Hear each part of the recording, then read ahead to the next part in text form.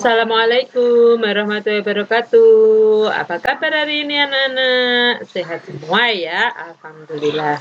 Hari ini kita mulai belajar lagi, yaitu pembelajaran yang ketiga. Masih di subtema 1, tema yang ke-6. Kalian berdoalah terlebih dahulu sebelum belajar ya.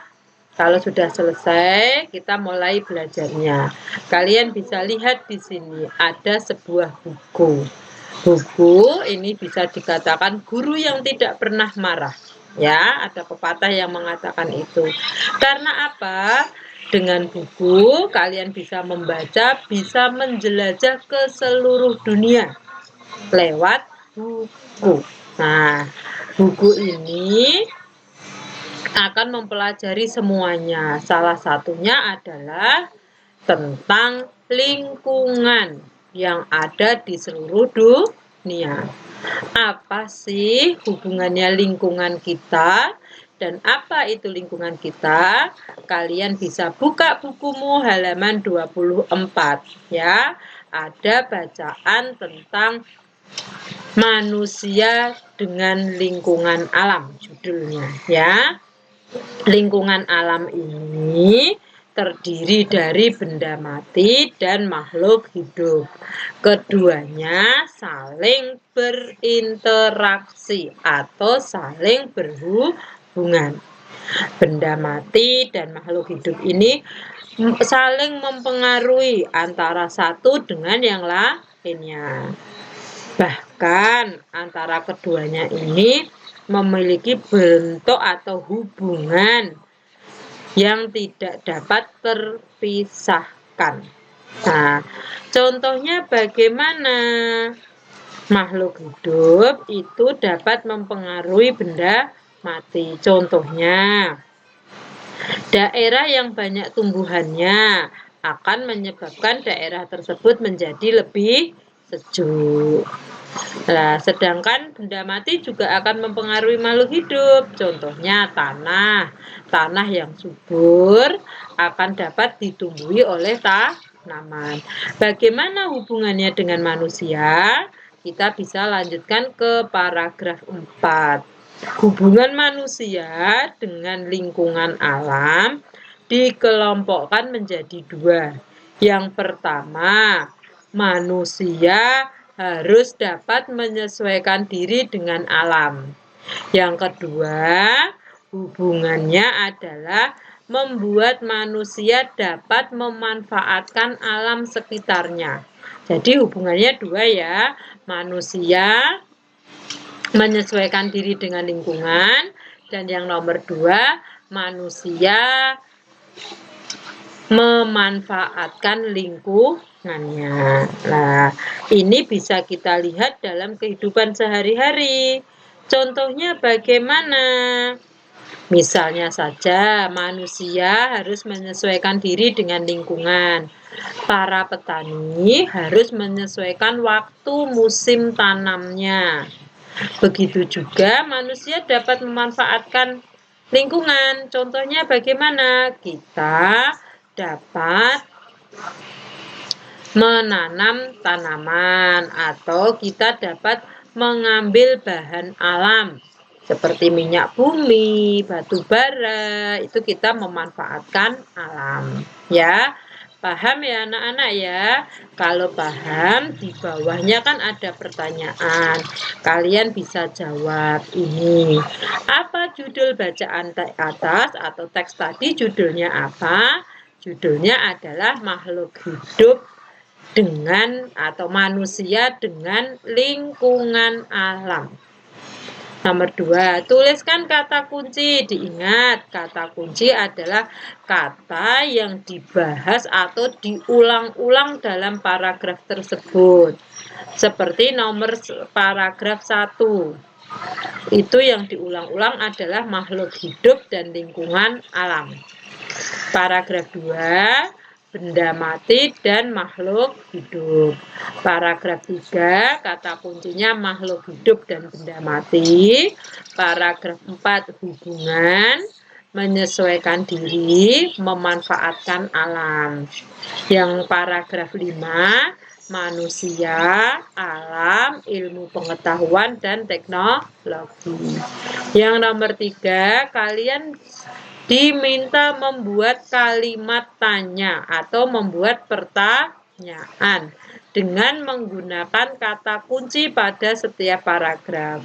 Di sini sudah dikasih contoh Bu Erni 1. Ya. Yang perlu diingat, kalau membuat pertanyaan harus menggunakan kata tanya dan diakhiri dengan tanda tanya. Seperti nomor 3, Bu Erni membuat contohnya adalah mengapa makhluk hidup dapat mempengaruhi benda mati.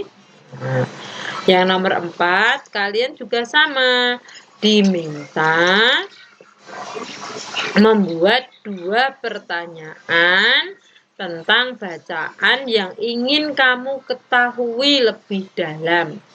Di sini Bu Eni sudah membuat contohnya. Kalian bisa lihat, bisa didengar, bisa ditulis ya, bisa dipelajari. Mengapa manusia membutuhkan hewan dan tumbuhan?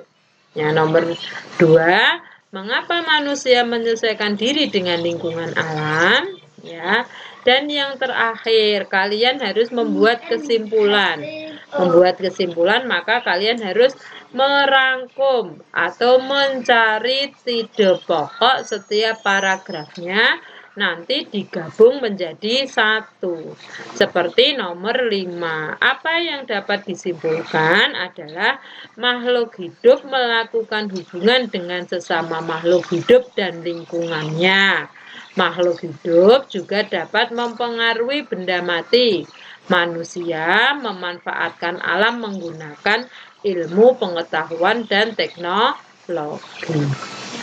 Paham ya anak-anak ya? Kalau sudah paham, kita lanjutkan ke halaman 27.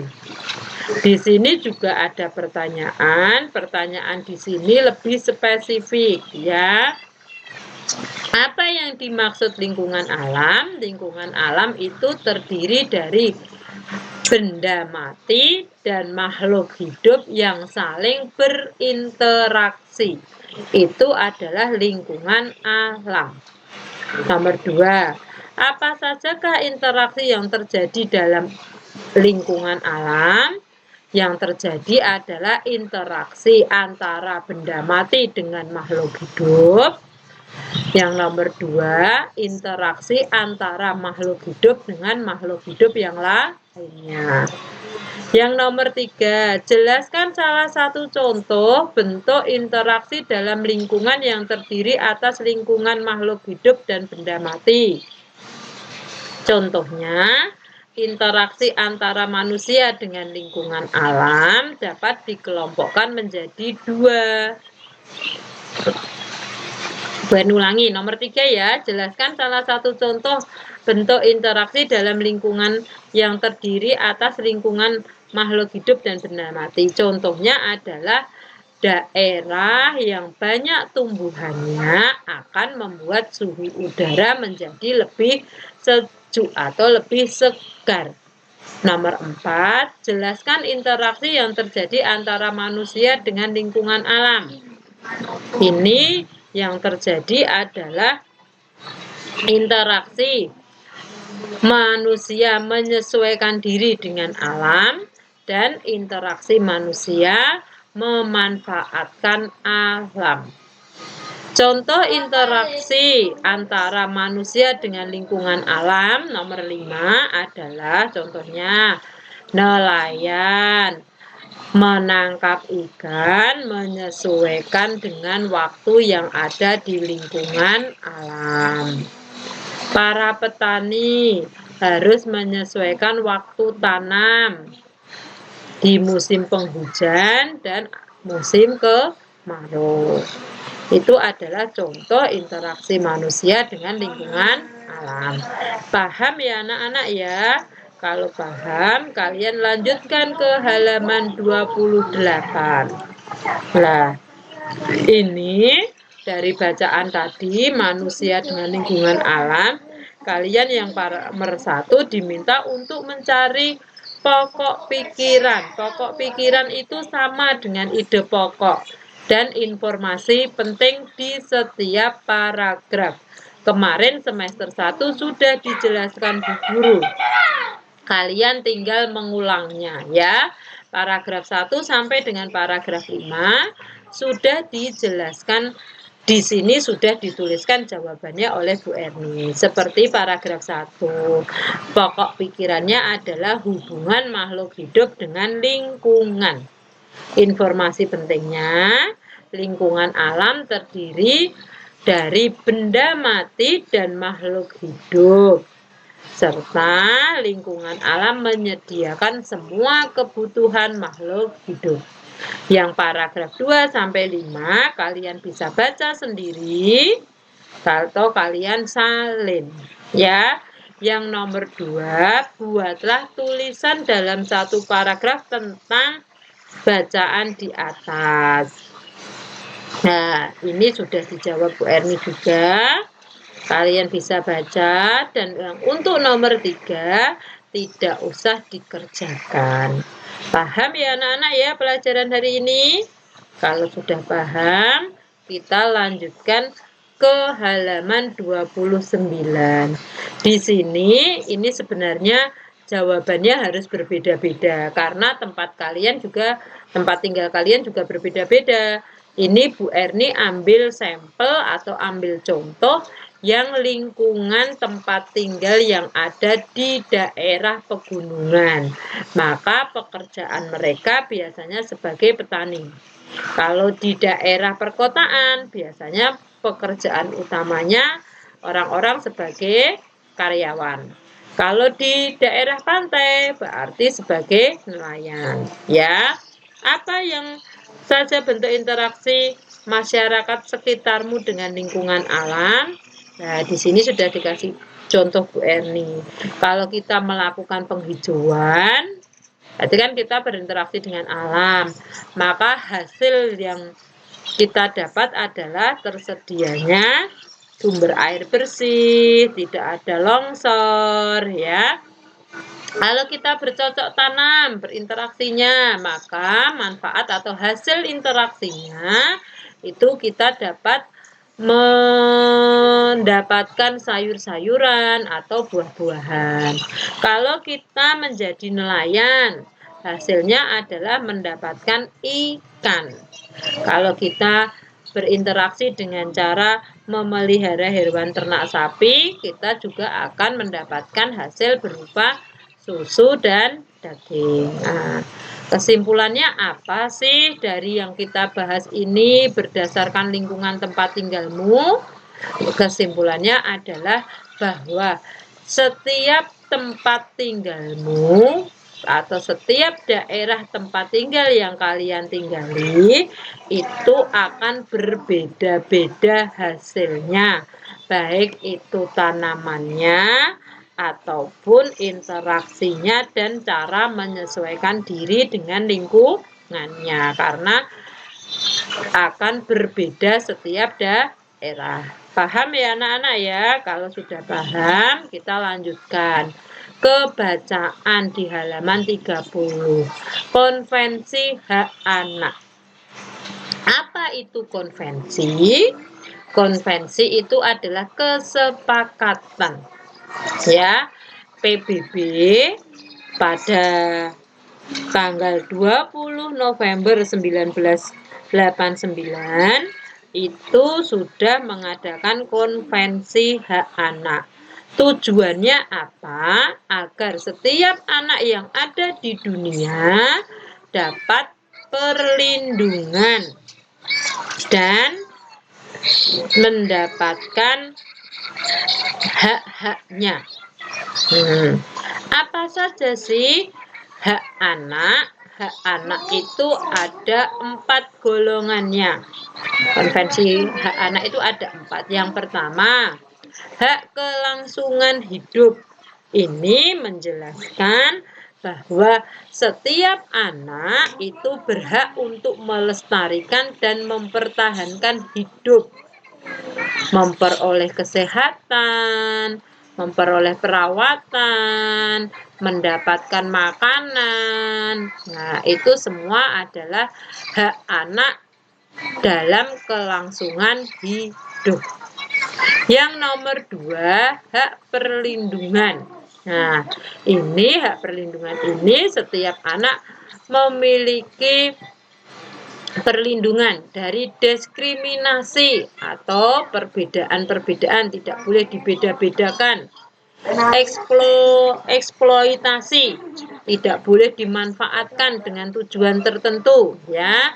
Tidak boleh mendapatkan kekerasan, tidak boleh ditelantarkan. Itu adalah anak. Jadi setiap anak berhak mendapatkan perlindungan dari orang tua ataupun dari yang lainnya. Apa sih perlindungannya?